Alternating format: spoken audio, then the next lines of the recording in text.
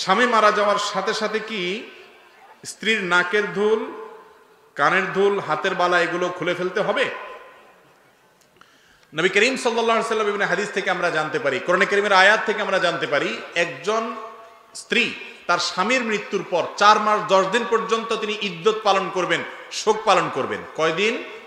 4 মাস 10 দিন। এই সময়টাতে তিনি প্রথমত বিবাহ শাদী করবেন না, কারোর সাথে বিবাহ শাদীতে বসবেন না।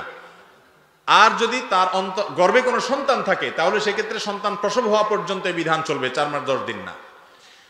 আর এই ইদ্যত পালন সময়ে 4 মাস 10 দিন অথবা গর্ভ খালাস হওয়া পর্যন্ত, এই সময়টাতে ইদ্যতকালীন সময়ে তার জন্য বিধান আছে, সেগুলো প্রযোজ্য। বিশেষ করে 4 মাস 10 দিন ইদ্যত পালনকালীন সময়ে যেই ঘরে থাকা অবস্থায় স্বামী মৃত্যুবরণ করেছেন, ওই ঘরে, ওই বাড়ির আঙ্গিনার বাইরে প্রয়োজন ছাড়া যাবেন না।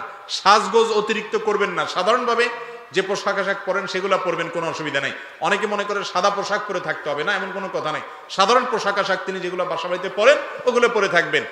আর স্বর্ণ গহনা, আলাদা করে কোনো স্বর্ণ গহনা পরে সাজগোজ করবেন না। কারণ হাদিসে নবী করিম সাল্লাল্লাহু আলাইহি সাল্লাম স্বামী মৃত্যুর পর স্ত্রীর জন্য যে কাজগুলো করতে নিষেধ করেছেন তার ভিতরে ওরাল হলি এবং এই অলংকার ইত্যাদি এগুলো সে ব্যবহার করবে না। অনেক উলামা ইকরাম অবশ্য বলেছেন নাকে যেগুলো আগে থেকে আছে, ছোটখাটো শরীরে যেগুলো আগে থেকে আছে সেগুলো থাকতে পারে, নতুন করে কোনো গহনা ইত্যাদি পরবে না। কিন্তু অন্যান্য উলামা ইকরাম হাদিসে সাধারণভাবে অলংকার না পরার ব্যাপারে নবী করিম সাল্লাল্লাহু আলাইহি ওয়াসাল্লাম নির্দেশ করেছেন, সেই কারণে বলেছেন যে অলংকার, হাতের বালাটালা এগুলো খুলে রাখবে এবং শোক পালন শেষ হলে তারপর তিনি পরবেন।